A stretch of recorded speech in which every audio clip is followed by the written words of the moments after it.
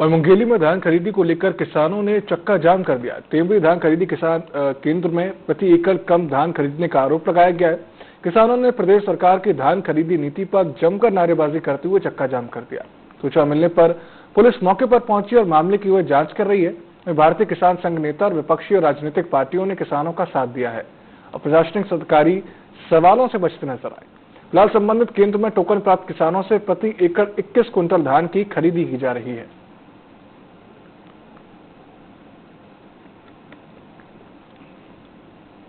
अनारी और गिरदौली के हिसाब से 21 क्विंटल खरीदना चाहिए। शासन लोगों 16 क्विंटल खरीदा भी है। इसी वजह से हम लोग चक्का जाम किए थे कि 21 क्विंटल खरीदा जाए। सर, खरीदी को लेकर किसान और सोसाइटी प्रबंधक के बीच कुछ गलतफहमी की स्थिति पैदा हो गई थी, जिसके कारण 21 क्विंटल धान नहीं खरीदा जा रहा है करके आक्रोशित किसानों द्वारा चक्का जाम की स्थिति उत्पन्न कर दी गई थी। प्रशासन की टीम मौके पर पहुंची। हमारे द्वारा किसानों को समझाइश दी गई कि सभी से क्विंटल धान खरीदा जाएगा, जिसके बाद किसान संतुष्ट हो गए हैं। वर्तमान में धान खरीदी सुचारू रूप से चालू कर दी गई। हमने 16 क्विंटल खरीदना, 21 क्विंटल ना खरीद के कंफ्यूजन था। जो आया था रिपोर्ट ना, उसको सही ढंग से मेरे को जानकारी नहीं हुआ। तो आपको जानकारी नहीं हुई, इसलिए आपने किसानों को ऐसा कह दिया? जी जी। कोई ऐसा आदेश नहीं? आदेश वादेश नहीं। वर्तमान में भी चाहिए? वर्तमान में ठीक है, खरीदी चाहे 21 क्विंटल। कौन से हिसाब से खरीद कर रहे हैं? 21 क्विंटल के हिसाब से। अब जब चूंकि किसान का धान खलिहानों से घर में आ गया है और ये लोग जो आज अचानक एक दिन खरीदी 21 क्विंटल से किए, आज अचानक फरमान जारी होता है, वो भी ऐसा कोई लिखित में नहीं बता रहे हैं ये लोग कि शासन ने जारी किया है। ये कह रहे हैं कृषि विभाग का जो उत्पादन निकाले हैं 16 क्विंटल 15 क्विंटल, उसके आधार पे हम खरीदी करेंगे। मैं पूछना चाहता हूँ, सरकार पूर्ववर्ती सरकार 1 नवंबर से धान खरीदी करती थी और किसान के पास अर्ली वैरायटी का जो धान है वो भी पक कर तैयार हो गया था 1 तारीख को, लेकिन जबरन 15 दिन लेट किए। लेट करने के बाद सरकार जो है तुगलकी एक फरमान जारी होता है, वो भी कोई सील साइन के नहीं, सिर्फ एक अनावरी रिपोर्ट के आधार पर यह कहना किसानों का उत्पादन प्रति एकड़ 16 क्विंटल है। ये बिल्कुल किसान के साथ नाइंसाफी है। सरकार की मंशा धान खरीदी करने की नहीं है। साफ साफ बोल देना चाहिए कि हम 16 क्विंटल से अधिक खरीदी की स्थिति में नहीं है। अनारी वहीं कोरबा के बालिकों में साफ सफाई को लेकर निगम प्रशासन की लापरवाही सामने आई है, जहां बाजारों में गंदगी का ढेर लगा हुआ है। परसा बाटा बाजार में मंगलवार और शुक्रवार को व्यापारी सब्जी मंडी लगाते हैं। व्यापारियों का कहना है कि जिस दिन बाजार रहता है उस दिन सुबह नगर निगम सफाई करती है। वहीं नगर निगम आयुक्त आशुतोष पांडे ने मामले में जल्द एक्शन लेने की बात की। उन्होंने कहा कि मूलभूत सुविधाओं की जांच करते हुए समस्याओं का निराकरण किया जाएगा।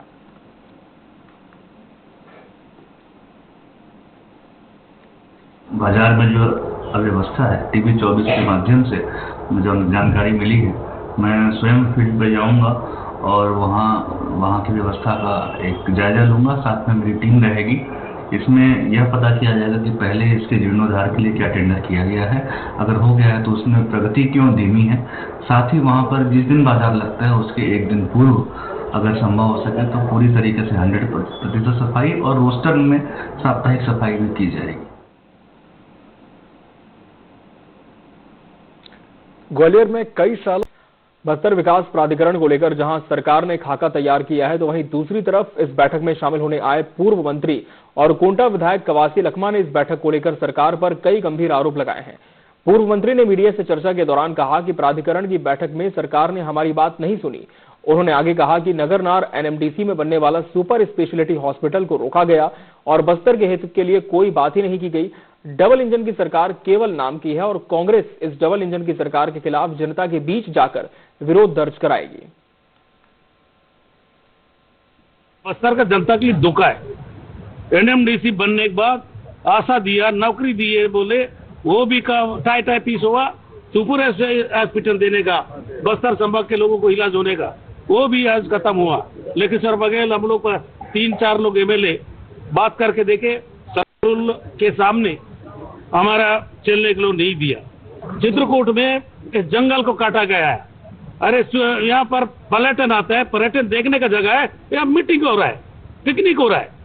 ये विष्णुदेव सरकार का काम, कोई फायदा नहीं है।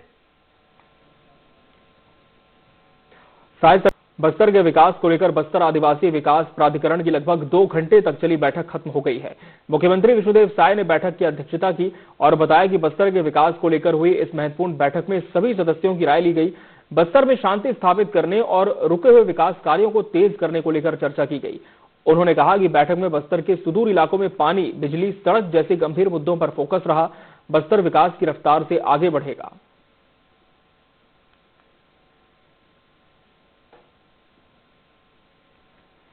आज बस्तर आदिवासी विकास प्राधिकरण का पुनर्गठन के पश्चात ये पहला बैठक आज चित्रकूट में संपन्न हुआ, जिसमें हमारे डिप्टी सीएम श्री अरुण साव जी और प्राधिकरण के जो उपाध्यक्ष हैं सुश्री लता उसेंडी जी, हमारे सभी मंत्रीगण और प्राधिकरण क्षेत्र के सांसदगण, विधायकगण, जिला पंचायत अध्यक्षगण और प्रदेश के सीएस, डीजीपी सहित सभी अधिकारी उपस्थित हुए।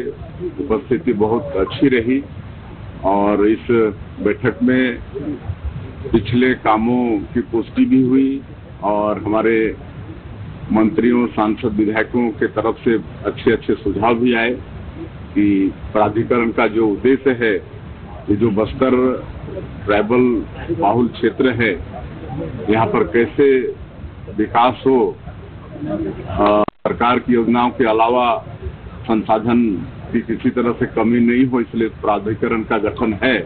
तो सारी विषयों पर अच्छे सुझाव भी आए हैं।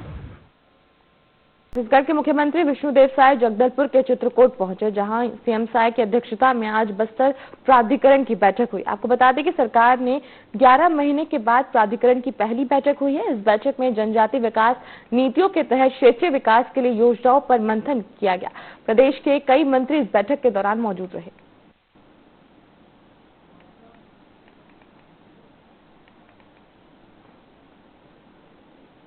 आज बस्तर आदिवासी विकास प्राधिकरण का पुनर्गठन के पश्चात ये पहला बैठक आज चित्रकूट में संपन्न हुआ, जिसमें हमारे डिप्टी सीएम श्री अरुण साव जी और प्राधिकरण के जो उपाध्यक्ष हैं सुश्री लता उसेंडी जी, हमारे सभी मंत्रीगण और प्राधिकरण क्षेत्र के सांसदगण, विधायकगण, जिला पंचायत अध्यक्षगण और प्रदेश के सीएस, डीजीपी सहित सभी अधिकारी उपस्थित हुए। उपस्थिति बहुत अच्छी रही और इस बैठक में पिछले कामों की पुष्टि भी हुई और हमारे मंत्रियों, सांसद, विधायकों के तरफ से अच्छे अच्छे सुझाव भी आए कि प्राधिकरण का जो उद्देश्य है,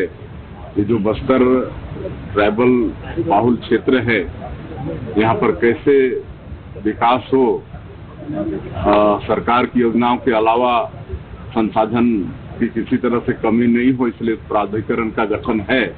तो सारी विषयों पर अच्छे सुझाव भी आए हैं।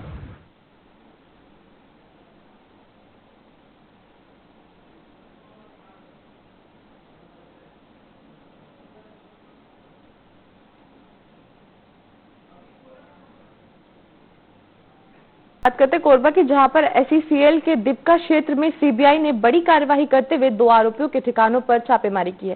सीबीआई की टीम ने दिपका निवासी राजेश जायसवाल और हरदी बाजार निवासी श्यामू जायसवाल के घर पर दबिश दी है। टीम ने घर के सदस्यों को एक तरफ कर तलाशी अभियान शुरू कर दिया। इस दौरान कई महत्वपूर्ण दस्तावेज बरामद किए गए, जिनकी जांच की जा रही है।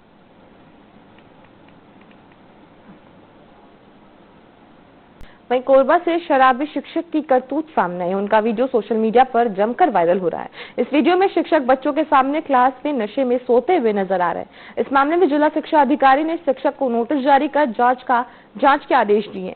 डीईओ ने टीम गठित कर जांच के लिए भेजने की बात कही है। वहीं जांच के दौरान बच्चों और शिक्षकों का बयान दर्ज किया गया है।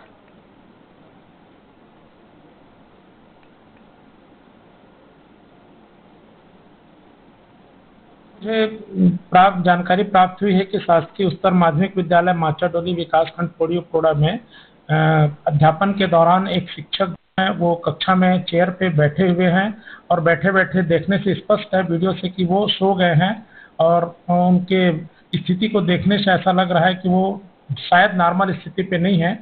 तो इस प्रकार की कक्षा में अध्ययन अध्यापन के दौरान बच्चों के सामने जो शिक्षक की गतिविधि है वो अच्छी नहीं है।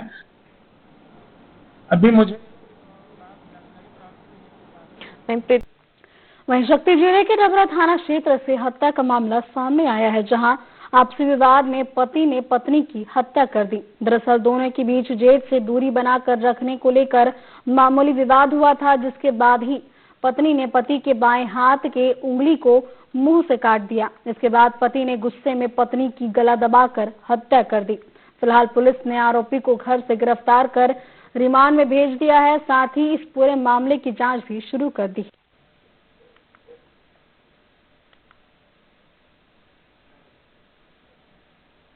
जी, ये डबरा वार्ड नंबर 6 का निवासी है फुलेश राम साहू। इसका अपने पत्नी संतोषी साहू से विवाद हुआ था। यह कहकर विवाद हुआ था कि इसका पति ये बोलते थे कि थोड़ा दूरी बना करके रखो। इसी बात को लेकर के 9:30 बजे लगभग कल रात्रि में विवाद हुआ था और 11:30 बजे अपने भाई को यह समस्त घटना का जानकारी दिया कि मैं उसका गला घोट करके उसी विवाद के कारण मृत्यु का किया हूँ, मार डाला हूँ।